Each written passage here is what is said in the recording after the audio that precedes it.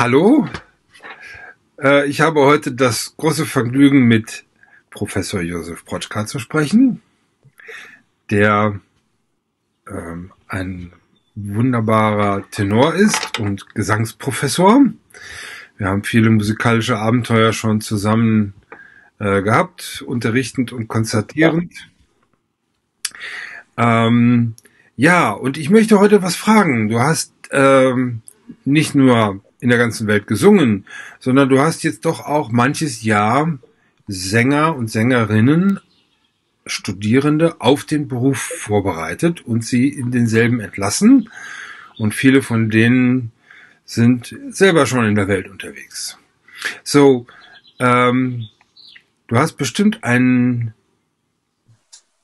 klares Bild, was diese jungen Leute brauchen.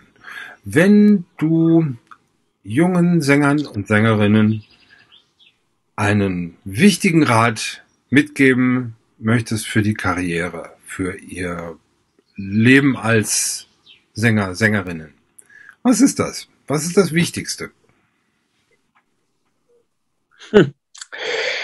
Ich glaube, mit einem Rat ist es nicht getan, weil der ganze Vorgang des Singens ist so komplex. Ich meine, auch für die Instrumentalisten gilt das genauso, dass man eben einfach Ratschläge geben muss wie einem Sportler, Ratschläge geben muss für eine Stabilität der Psyche in all den Schwierigkeiten jetzt des Karriereaufbaus bis hin zum Verhandeln und sich präsentieren und so weiter.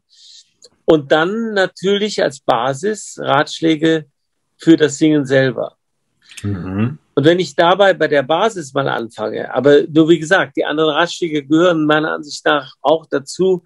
Das wird oder ist lange Zeit auch an den Hochschulen sehr vernachlässigt worden. Wir haben dann so allmählich die Professionalisierung eingeführt, um diese Aspekte deutlicher wieder zu machen. Es wird unterschiedlich stark unterrichtet. Aber bleiben wir also bei der Basisratschlag, da würde ich sagen, das Verhältnis von Verstand und Emotion und die emotionale Ausdrucksvielfalt mit vielen stimmlichen Farben dazu zu erziehen, wird den jungen Sängern helfen, ihr Publikum zu erreichen. Also eine reine technische Virtuosenausbildung, die nötig ist und die auch stattfindet, und eine reine Interpretationsausbildung ohne die vokalen Möglichkeiten abzuchecken, jedes für sich ist zu wenig. Es muss unbedingt eine Kombination her. Und ich habe dafür einen Begriff, glaube ich, geprägt selber, den ich die innere Szene nenne. Das heißt, ein Sänger muss neben der Beherrschung, der stimmlichen Beherrschung, vor allem sich darüber im Klaren sein, in welcher Emotion die Figur, die er im Lied, in der Oper, auf der Bühne darstellt, sich eine Arie befindet. Er darf nie eine Stelle singen, nur um einen Ton schön zu formulieren, sondern er muss immer genau wissen, welche Emotion er vermitteln wird. Nur so wird er sein Publikum erreichen. Also wenn du nach einem Kern fragst, dann ist es, glaube ich, dieser. Also am wichtigsten ist dir die emotionale Erfüllung der Musik. Bei geschaffenen, vorliegenden vokalen Möglichkeiten natürlich. Also ja. Darf man nicht vernachlässigen, um das zu erreichen, sondern es ist die Voraussetzung, um das zu erreichen. Aber diesen Schritt weiter, den muss man gehen. Ich glaube, dass das ein wichtiges Thema ist. Lass uns gerade einen Schritt zurückgehen davor. Ihr habt ja einen gefährlichen Beruf, ihr Sänger. Man muss jetzt immer sagen, Sänger und Sängerinnen, weil euer Körper das Instrument ist. Also der Geist, der psychische Zustand, in dem sich die Person befindet, wie es einem geht an dem Tag, und auch der Körper, wie es dem Körper geht, hat einen unmittelbaren Einfluss auf die Stimme. Wir setzen jetzt mal voraus, dass alle wunderbar lernen, wie man singt. Aber dann ist ja auch noch dieser Faktor, dass du durch ein ganz normales Leben gehst, du bist nicht, heute sind wir durch spezielle Umstände relativ isoliert, aber meistens ist man ja unter Leuten und möchte das auch sein und ist also Anfechtungen aller Art ausgesetzt und es wird spät und man schläft nicht genug oder so. Sagen wir mal Stichwort Stimmhygiene. Was sollen die Leute besonders beachten? Also das habe ich ja eben mit meinem Punkt 2 schon so angedeutet. Im Grunde in diesem Bereich muss man Leute trainieren, sozusagen wie ein Sportler zu leben. Es ist eben, also für Sänger noch mehr als für andere Musiker, nicht möglich, einfach sozusagen so in den Tag hineinzuleben und dann irgendwann die Stimme abzurufen. Man braucht einen bestimmten Tagesrhythmus. Man braucht eine bestimmte Konzeption. Wie ernähre ich mich optimal? Was bekommt mir am besten? Was kann ich mir leisten zu essen im Hinblick auf meine Atemführung, wenn ich abends eine Vorstellung habe? Wie viel Schlaf brauche ich? Also das muss jedenfalls grundsätzlich jeder für sich erfahren und in einen Rhythmus bringen. Dass man das nicht immer durchhalten kann, dass es Tage gibt, wo man vielleicht aufgrund von Beanspruchungen viel zu wenig schläft oder so. Und das muss man dann irgendwie überbrücken. Aber es darf nicht die Allgemeinheit sein und die Vorstellung, dass Sänger zum Beispiel abends, wenn sie am nächsten Tag eine Vorstellung haben, irgendwo absacken und im Kollegenkreis feiern bis 3 Uhr in der Nacht, ist einfach eine Illusion. Das ist genauso eine Illusion, wie wenn man einen 100-Meter-Läufer am Abend vorher jetzt irgendwo bis in die Nacht zu einer Feier bitten würde. Der würde auch dann um eine halbe Sekunde langsamer laufen als sonst. Also das ist ein Punkt, der von vielen vielleicht etwas, wie soll ich sagen, nicht so gesehen wird im Anfang. Und das muss man den Leuten, darauf muss man sich vorbereiten. Genauso wie man sich vorbereiten muss, das war ja mein dritter Punkt vorher in der Skala, dass dieser Beruf psychisch sie auffordern wird. Intendanten, Regisseure und Generalmusikdirektoren, die irgendwo ihren Platz in der Hierarchie durchaus ausgiebig benutzen, die Macht, die sie über Menschen haben, den Einfluss, den sie auf abhängige Künstler haben, Neid der Kollegen, Konkurrenzkampf, all diese Dinge sind etwas, wo man auch, das gehört auch mit zur Vorbereitung und wird oft zu wenig betrieben, die Leute vorbereiten muss. Wie gehe ich damit um? Was mache ich da? Wie verhalte ich mich da? Meines Wissens, und ich habe schon manches Jahr in Musikhochschulen verbracht, ist das an Musikhochschulen bis jetzt kein Thema. Zu wenig. In privaten Gesprächen. Es wird auch von vielen Professoren, obwohl es ja diese Einsicht gibt, dass man breit aufstellen muss, heißt es so schön im Amtsdeutsch, die Auszubildenden. Es gibt einfach auch viele Professoren, die diesen heilen Raum nicht verlassen möchten. Auch dieser intimen Arbeit mit einer Sängerin, einem Sänger, der sehr vertrauensbasiert ist. Also den möchten viele nicht stören durch den Vorlauf in eine vielleicht viel härtere Wirklichkeit. Aber das ist ein entscheidender Fehler.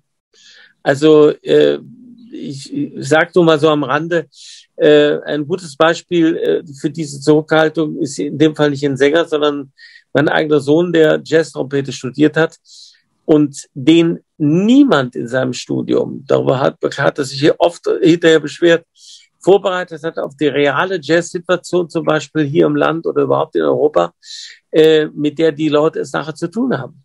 Mhm. Das ist etwas, was die Harmonie der Ausbildung stören kann, weil es natürlich auch was Bedrohliches sein kann, wenn man jetzt diese Möglichkeiten von Schwierigkeiten erstmal erörtert. Aber es muss rechtzeitig erwähnt werden, damit die Leute eben vorbereitet sind. Man kann sich auf die Dinge einstellen. Man muss sie nicht nur als Damoklesschwert, das über allem hängt, werten. Ja. Ich habe mich immer gewundert, dass mir als Musiker niemals jemand beigebracht hat, wie ein Musiker eine Steuererklärung macht. Zum Beispiel. Aber heute gibt's das. Immerhin. Also ich glaube, es ist vieles sowieso auf dem Gebiet besser geworden, weil zum Beispiel das sich selbst vermarkten, auch Kenntnisse im Producing, also in der Herstellung zum Beispiel von Demonstrations-CDs, DVDs, das sind ja alles Dinge, die Leute heute sowohl bei Bewerbungen wie auch bei der Vorbereitung von Wettbewerben und so weiter unbedingt beherrschen müssen. Ja. Erst recht in Phasen, wo wie jetzt zum Beispiel in den letzten 2 Jahren alles digital abläuft. Also die Dinge, die Erkenntnis hat man schon gewonnen. Da wird mehr gemacht. Aber diese in die Persönlichkeitsstruktur eingreifenden Dinge, psychische Vorbereitung, physische, quasi sportliche Vorbereitung und dann eben auch den Punkt, der für mich eben so auch der Kernpunkt ist, dass man den Leuten sozusagen das Bewusstsein für die emotionale Genauigkeit beim Singen, bei der Interpretation, dass sie nicht nur wissen, was die Worte bedeuten, auch in einer Fremdsprache, sondern dass sie auch die Emotionen, die damit verbunden sind, wirklich in einer Szene, in einer Arie, in jedem Punkt erleben und dann dafür ihr eigenes Vokabular suchen, wie sie das ausdrücken können. Also wie sie zum Beispiel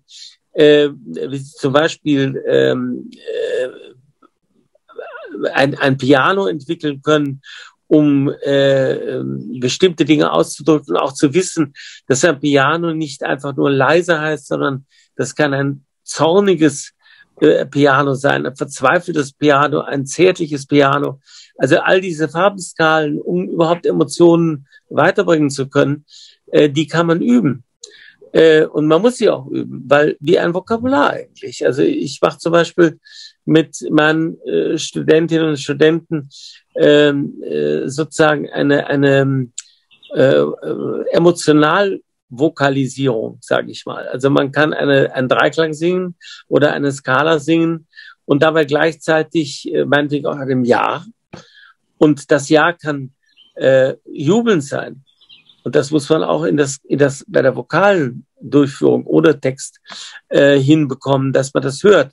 Ein jubelndes Ja, ein trauriges Ja, ein zaghaftes Ja, ein flehendes Ja.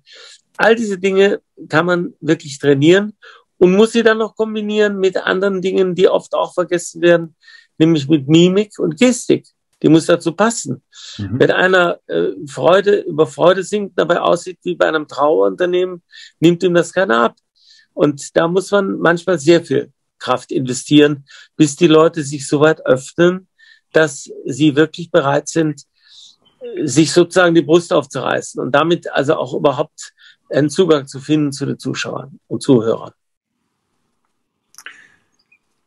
Dieses sich emotional komplett öffnen ist wahrscheinlich der Kern der Sache, richtig? Das würde ich sagen, auch das zuzulassen. Und das ist eben auch wirklich die Schwierigkeit unseres Berufs, dass wir im Grunde, dass manche Leute zum Beispiel mit einem tollen Potenzial an Stimme, aber wie soll ich sagen, nicht fertig sind oder vielleicht sogar von der Veranlagung her nicht fähig sind, das, was sie da eigentlich an Stimmmaterial haben, so zu formen, indem sie sich wirklich öffnen und bereit sind, wenn sie Liebe sagen, auch Liebe zu denken und zu empfinden. Viele Leute sind trotz guter Voraussetzungen scheitern ein bisschen daran, dass man im Grunde diese letzte Barriere nicht öffnet und den Strom auf diese Weise nicht fließen lässt. Meinst du, es genügt, die Barriere zu öffnen? Oder muss man für die Bühne seine Emotion vergrößern? Also ich glaube, dass auf der Bühne, also ich meine, oder anders formuliert, ein Handschlag, den ich zum Beispiel jemandem gebe auf der Bühne, muss ausdrücklicher sein als im normalen Leben. Ich meine, wir haben es ja sowieso verlernt durch Corona jetzt, aber normalerweise gibt man sich die Hand so und sagt Hi. Und auf der Bühne muss dieses Hi größer ausfallen. Da hast du völlig recht. Aber ich glaube, man muss die Emotion, gerade da wir das Glück ja haben, nicht nur mit Wort zu arbeiten, da muss man bestimmt als Schauspieler oft sozusagen die emotionale Lupe anlegen. Aber die Musik hat ja so viel zu bieten. Ich muss die Musik nur bedienen und muss sie aber dann eben auch für mich körperlich, gestisch, mimisch deutlich machen. Das heißt also, das, was ich erkenne in der Musik, durch Analyse, durch Interpretation, durch Training, muss ich sozusagen veräußerlichen. Das muss jetzt gar nicht riesig vergrößert sein. Ich meine, es kommt natürlich auch darauf an, auf welcher Bühne ich bin. Also ich habe ja selber in Bregenz zum Beispiel auf der Seebühne erlebt, für 6.000 Leute, oder in Verona habe ich leider nicht gesungen, aber in solchen Arenen, da muss natürlich auch die Gestik übergroß sein, sonst wird sie nicht wahrgenommen.